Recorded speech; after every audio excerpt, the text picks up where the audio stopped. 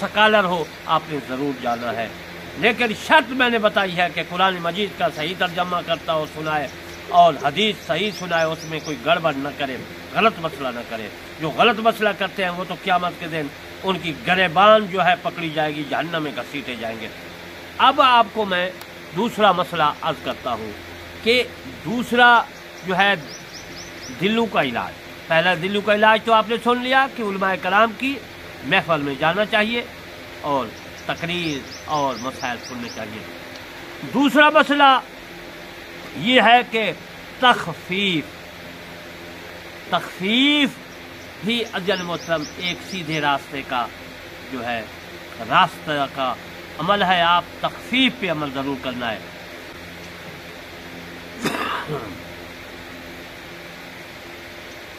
تخفیف پہ میں انشاءاللہ پھر بحث کروں گا۔ اب میں آپ کو ترغیب کے متعلق تیسرا نمبر جو ہے ترغیب کا ہے۔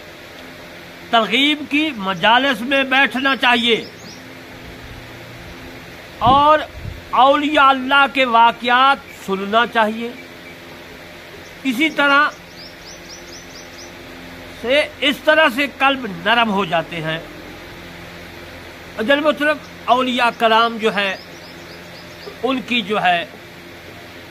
ان کا قصہ علماء کرام سناتے ہیں۔ علماء کرام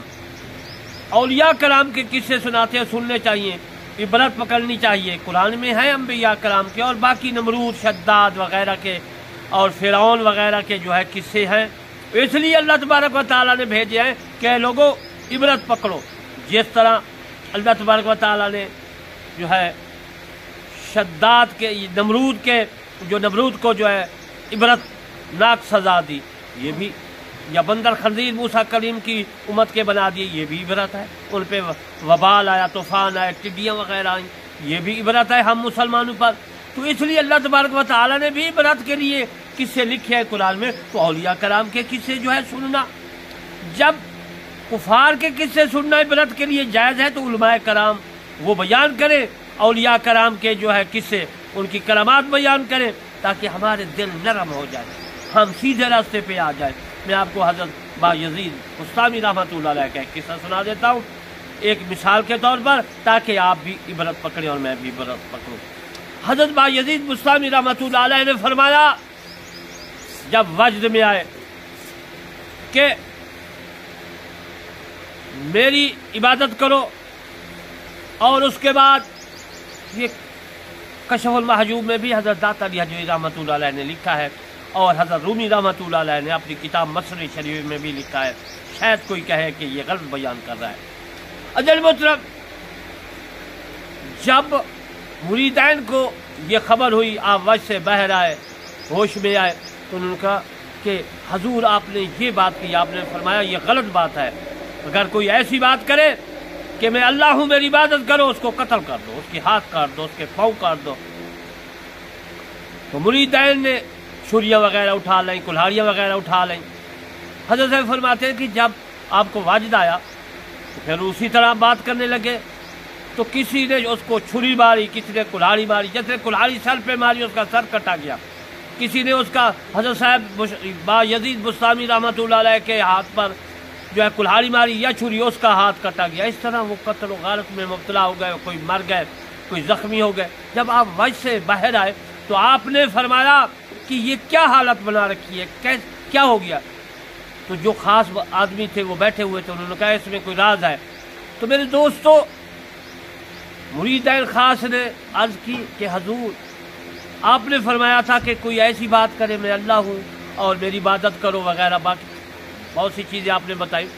وقت کم ہے۔ تو میرے دوستو، آپ نے فرمایا آپ نے غلط کیا ہے،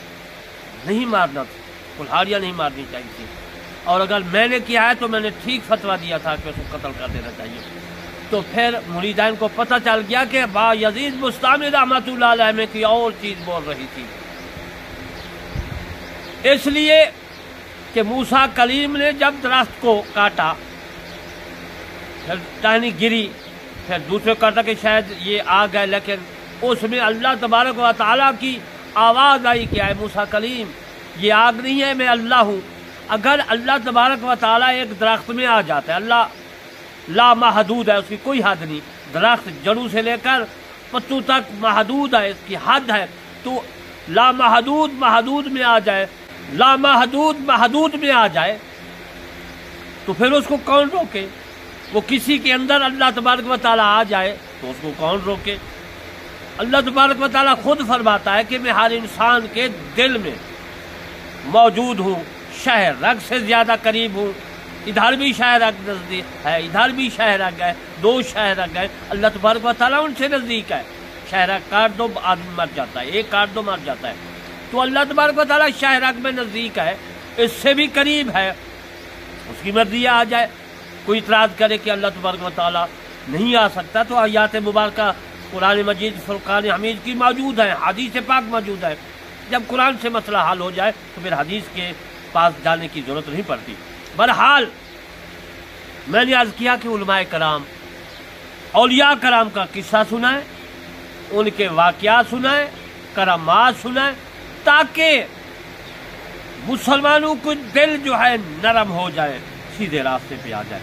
اب میں آپ کو یہ بتاتا ہوں کہ کوئی آدمی فوت ہو جاتا ہے، موت کا وقت ہوتا ہے، موت کے وقت چاہیے کہ ایسا ایسا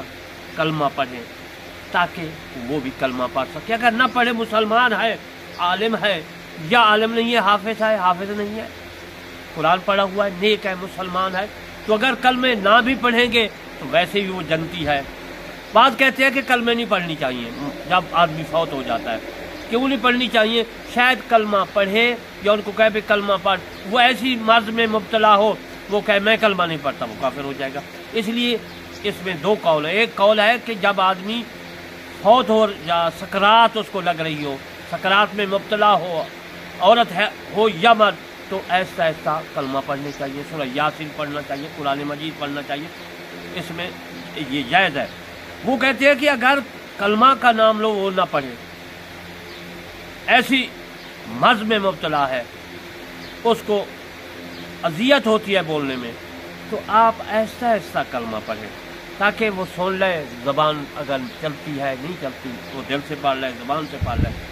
تو میرا کہنے کا مقصد یہ ہے کہ جب کوئی آدمی فوت ہو رہا ہو، سکرات ہو، تو ان کے پاس جانا چاہیے تاکہ عبرت پکڑنی چاہیے انسان کو کہ یہ مر رہا ہے، اس کو سکرات ہے،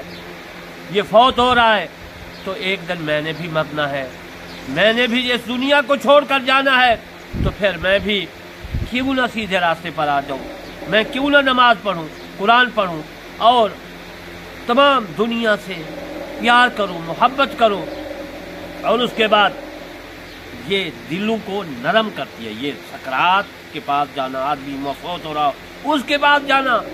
دلوں کو نرم کرتی ہے۔ میرا موضوع یہی ہے کہ جو ہے غافل دلوں کا علاج۔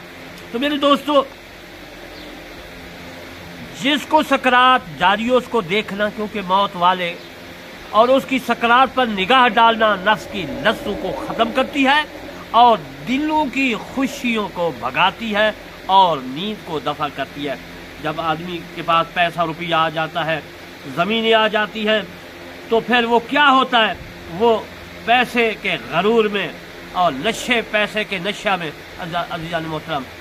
وہ اتنا ہوتا ہے کہ ساری رات جاگتا ہے، باتیں گپے مارتا ہے، اور صبح کو جو ہے نہیں اٹھتا، نماز ختم، نماز نہیں پڑھتا، کیونکہ سب سے پہلے قیامت کے دن اللہ تبارک و تعالیٰ نماز کا سوال کرے گا۔ جس کی نماز کا سوال کامیاب، بندہ کامیاب، جس کی نماز کا سوال ناکام، بندہ ناکام۔ تو عزیزان محترم، نماز صبح کی چلی گئی، ذمہ دار ہے، وہ بیٹھا ہے اپنے نوکروں کے ساتھ، دوسروں کو گپے ہانک رہا ہے، کوئی پتہ نہیں نماز عشاء کی، کوئی پتہ نہیں صبح کی نماز کا، کوئی نمازوں کا پتہ نہیں۔ تو پھر عزیزان محترم، وہ ان کے دل جو ہے وہ پردہ چڑھا ہوا ہے، تو پھر ان کو چاہیے کہ علماء کرام کی باتیں سنیں، تقریر سنیں، بیان سنیں، اور اللہ تبارک و تعالیٰ کا جو یہ نظام چل رہا ہے، لوگ دنیا کو سمجھا رہے ہیں، وہ سمجھیں گے، ان کو جو ہے ان کی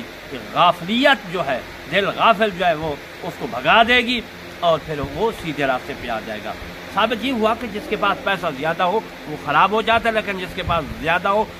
اللہ کے دین کے لیے خرچ کرتا ہے، سارے ایک جیسے نہیں ہیں۔ تو میرے دوستو، نیک عمل کرنے کے لیے کیا طریقہ ہے؟ کسی بزرگ کے پاس جائیں، دعا کروائیں، توبہ کریں، اور موت کے لیے عورت ہو یا مرد ہو تیار رہنا چاہیے، یہ کیونکہ یہ کیفیت بھی کچھ ایسی ہے، کیونکہ جب آدمی فوت ہو جاتا ہے تو بعد میں پتہ چلتا ہے اس کے اعمال جو ہے بند ہو جاتے ہیں، پھر کہتا ہے کہ میں کاش دنیا میں جاتا اور نیک عمل کرتا، نمازیں پڑھتا، روزے رکھتا، حج پڑھتا، زکوٰۃ، تو اللہ تبارک و تعالیٰ فرماتا ہے اے بندہ تیرے اعمال ختم ہو گئے، جو دنیا میں تو نے کمائے تھے وہی آپ کے کام آئیں گے۔ تو پھر پوچھتا ہے یا اللہ مجھے ایک بار تو دنیا میں جانے دو، اللہ فرمائے گا نہیں، تیرا امتحان ختم ہو چکا، دنیا امتحان ہے، تیرا امتحان ختم ہو چکا، اب قبر میں رہے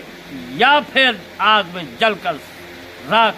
بن جائے، یعنی کہ ہندوؤں کی بات کر رہا ہوں۔ تو میرے دوستو ایک کام کرنے چاہیے، بزرگوں کی مجلس میں جانا چاہیے، علماء کرام کی مجلس میں جانا چاہیے، اولیاء اللہ جو ہے وہ اولیاء اللہ ہے جو دیکھنے سے، جس کو دیکھنے سے اللہ یاد آ جائے، صلی اللہ علیہ وسلم وہ اولیاء ہے، صورت رسول اللہ جیسی ہو، سیرت رسول اللہ جیسی ہو، داڑھی ہو میرے مصطفیٰ صلی اللہ علیہ وسلم کے جیسے زلفیں تھی اس طرح ہو، اور وہ ہے اولیاء اللہ۔ یہ نہیں کہ داڑھی اس طرف ادھر سے نائی نے دوسری طرف چلا گیا، داڑھی نہیں ہے، کلین شیب ہے، وہ اولیاء اللہ نہیں، مونچھیں نہیں ہے اس طرح، مونچھوں پر ہے، داڑھی پہ ہے، سر پہ ہے، اس طرح جو ہندو کا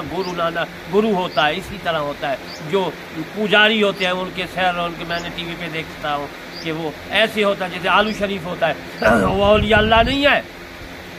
وہ پیر نہیں ہے۔ پیر وہ ہوتا ہے جس کی داڑھی ہو، جس کی جو ہے صورت سیرت میرے مصطفیٰ صلی اللہ علیہ وآلہ وسلم جیسی ہو۔ ایسے میں نے پیر دیکھے ہیں، جب مجالس ہوتی ہے پیر لے آتے ہیں، علماء کرام کی داڑھی ہوتے ہیں، تقریر کرتے ہیں، ساتھ کرسی پہ جو ہے پیر بیٹھا ہوتا ہے، نہ اس کی داڑھی ہوتی ہے نہ کلین شیب ہوتا ہے، یعنی مونچھے پہ اس طرح ہوتا ہے، اور سر پہ جو ہے عیسائیوں جیسی جو ہے کٹنگ ہوتی ہے بالوں کی، تو کیا ہے وہ پیر ہوتا ہے؟ نہیں، پیر نہیں ہوتا، اس پیر کو نہیں پیر ماننا چاہیے۔ اگر آپ کو مرشد ملے، کامل مرشد ملے، جو قرآن پڑھا ہوا ہو، جو دین کی تبلیغ اور کرتا ہو، یا پھر مریدوں کو سمجھاتا ہو، اللہ سے اس کی لو لگی ہو، تو وہ پیر ہے، پنجگانہ نماز پڑھتا ہو، حج زکوٰۃ وغیرہ پہ قائل ہو، وہ پیر ہے۔ اگر ایسا پیر نہیں ملتا کوئی ضرورت نہیں پیر رکھنے کی، بس آپ نماز پڑھیں۔ اور پیر میرا علی رحمۃ اللہ علیہ کا جو ہے ایک خوشبو، ایک پھول،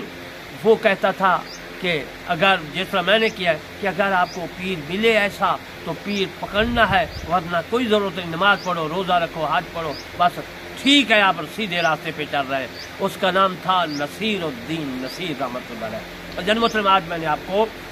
وہ بتائے کہ جس سے انسان عبرت پکڑتا ہے، دلوں کے علاج کے لیے میں نے موضوع رکھا، اور یہ میری تفسیر کرمانی میں موجود ہے، پہلی جلد میں سورہ بقرہ آیات مبارکہ 96 کی جب میں نے تفسیر کیا اس میں لکھا ہے، کافی یہ مضمون ہے۔ میں نے وقت کی قلت سے، کیونکہ مختصر ویڈیو بنائی جاتی ہے، تو جن محترم آپ نے میرے چینل کرمانی ٹی وی 3 کو اور کرمانی ٹی وی کو ضرور سبسکرائب، لائک، کمنٹ کرنا ہے۔ وما علینا الا البلاغ المبین۔